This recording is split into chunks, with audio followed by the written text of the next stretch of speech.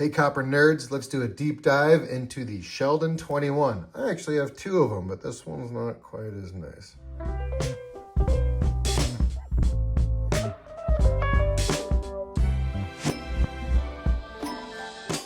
The flat pole variety, one of my all-time favorite 1794s. I'm excited to take a look at this one with you. This one I picked up recently because it has blundered edge lettering, so check out my video on that. It's a very rare and unique error, so we'll set that one aside. But here is the flat pole. It's called that because the tip of the pole is indeed very flat, as you'll see in the pictures. This is the first head of 94 variety. Sheldon 17 through 20 are the heads of 93, and then the Sheldon 21 is the very first head of 94. Such a nice looking depiction of Liberty. This one's a pretty good example. It came from the New Cumberland collection. I got it from Sean Yancey. I like it a lot. So I really enjoy the obverse, and it's got one of my favorite, if not my favorite, reverses. It's got the droopy stems reverse on the back that has some giant dentals or dentillation or denticles, the giant teeth on that one, and just a wonderful coin. So let's start talking about it a little bit instead of me yammering on. We'll start with the powers guide like we always do. So Sheldon 21, it's a rarity 3. So we're getting a little more common than the ones we've looked at so far. Flat tip pole, plain as day right there. A light die crack is usually seen between the I and B in Liberty. I see it there. Do I see it on mine? I do not. I think mine is going to be a very early die state.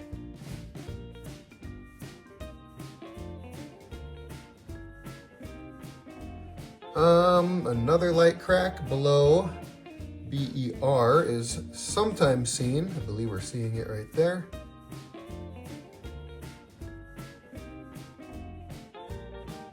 And we'll look at some other books that'll have some of that stuff. No evidence of that on mine. Regarding the reverse, the letters almost touch the dentals. The dentals tend to be elongated.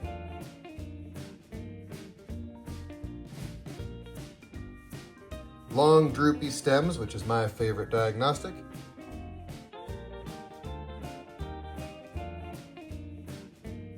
And a weak die dot between the M in America and that berry. You'll see that little dot right there.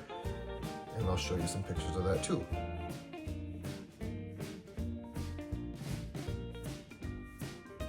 All right, let's go to our next book.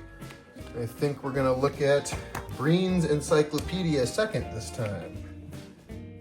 Walter Breen's Encyclopedia of Early United States Scents. Couple more pages, here we are. Oh, look at that. Someone was kind enough to note wrong photo, which it is. It looks like that's probably a Sheldon 20. I think that's a 20. Let's test my memory real quick since we have a reference book right here. Couple more pages. Yeah. It's a 20. The other option would have been a 17, which it is not. The date is more compact on the 20. All right, well, that's an interesting find. Breen's Encyclopedia has the wrong plate. Let's see what they say. Flat pole and long dentals, ribbons, and stems, and I call it the droopy stems reverse. Pole recut and broadening towards its end, the flat pole.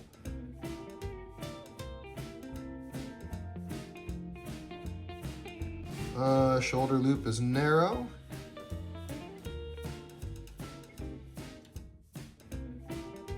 And shallow. Pointy nose. Oh, of course, this is the wrong coin. In fact, while we do that, I'm just gonna pull up the right one. There we go. That is a pointy nose, isn't it? She looks like a woodpecker.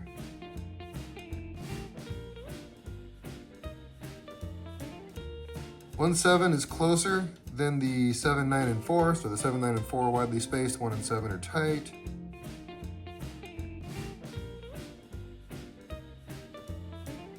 And then droopy stems reverse with long teeth and the little die dot. All of those things. Okay. Let's see, looks like Breen says in the condition census we should be seeing several that are in uncirculated conditions. He talks a little bit about die states, and there's a remark that about 8,800 of these were delivered on January 17th of 1794. There's not all that many. I'm surprised the survival rate is high enough that it's an R3. Okay, let's go on to our next book.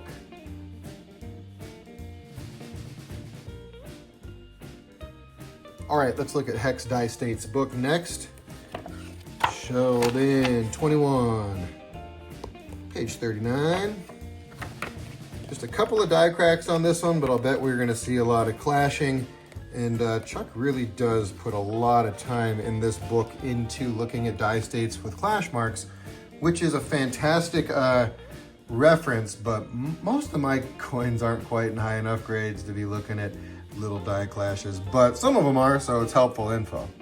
All right, Sheldon 21, obverse. Morris's name is Sans Milling. Huh. I don't know what that means.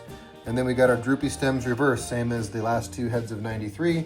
And then this, our first head of 94 with the gigantor teeth, the denticles, and the droopy stems and the die dot between the berry and the M. All right, die state 1 on the obverse is perfect. A wart on her nose, on her pointy nose. Does mine have a wart on her pointy nose? Nope, I think it got circulated off.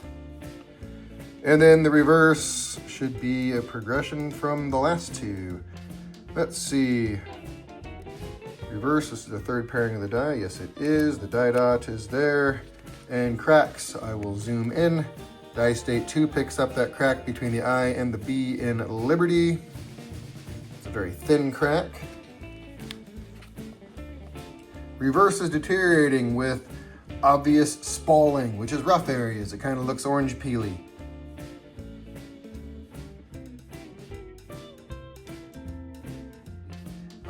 You'll see spalling, and I want to say you're going to see more of it when I get to Sheldon 24. And I think mine's in pretty high grades. I think you can see some spalling, but my memory might be failing me there. Die state 3, we've got that crack from IB is all the way down to the cap, and it looks like another one is perhaps forming. Let's see, what's 3 talking about? Oh, that's a clash, actually. Okay, and then the next crack from the bottom of the cap to the second hairline.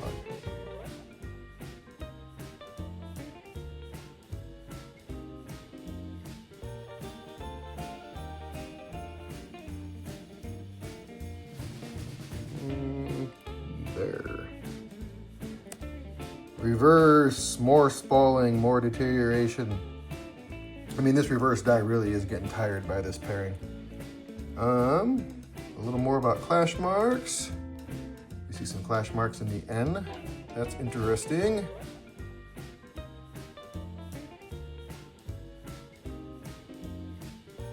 And more cracks happening when we get to die state 4. Although the reverse holds up.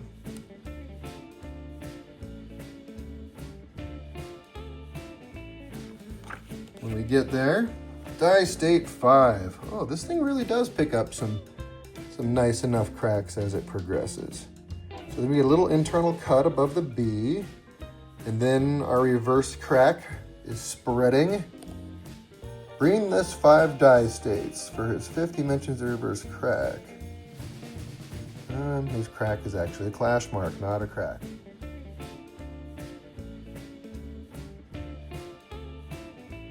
Good job, Chuck, doing all that detective work. Chuck Heck is another of the EAC folks that I would consider to have been a mentor. Him and Dan Trollen and Tom Deck and several others. Great people in the copper community that have helped get me educated. Look, there's my 18A. That seems to happen every time I crack this book. All right, Sheldon 21. We're in the Noise 1793 to 94 US Large Sense book, which is really a condition census book and covers a lot of additional info beyond that, but a wonderful resource.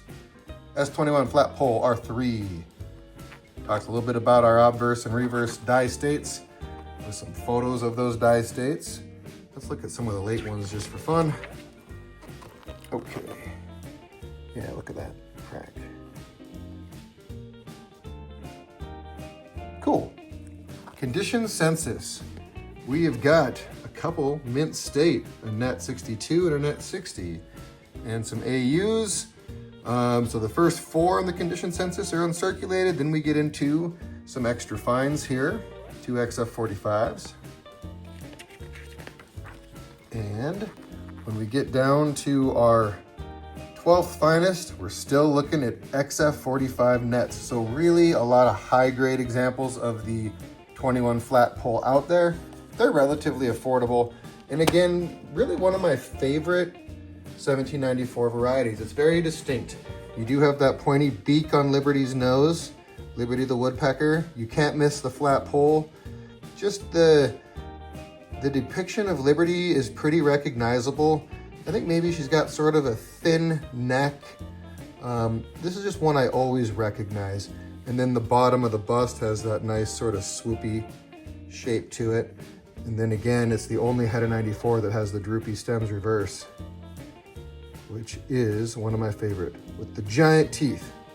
Okay, first I'm gonna show you a few pictures of this coin, along with this beauty, which I did a little conservation on and truly does look a lot better than it did when I got it, but it's got some cool blundered edge lettering. I'll include a photo of that as well.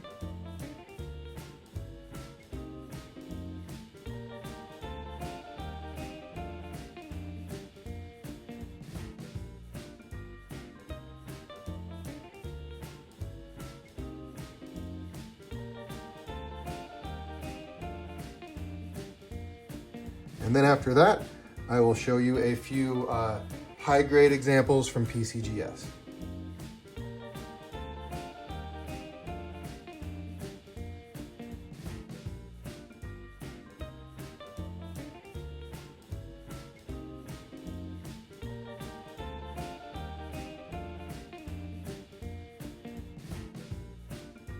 Thanks for jumping in with me on this deep dive on the Sheldon 21. We're gonna keep these going. I don't know if I've got a 22 to show off. Mine's really ugly. Maybe. We'll see what's next. It'll surprise both of us. I will talk to you a little bit more in the comments, and I will catch you in the next one. Peace.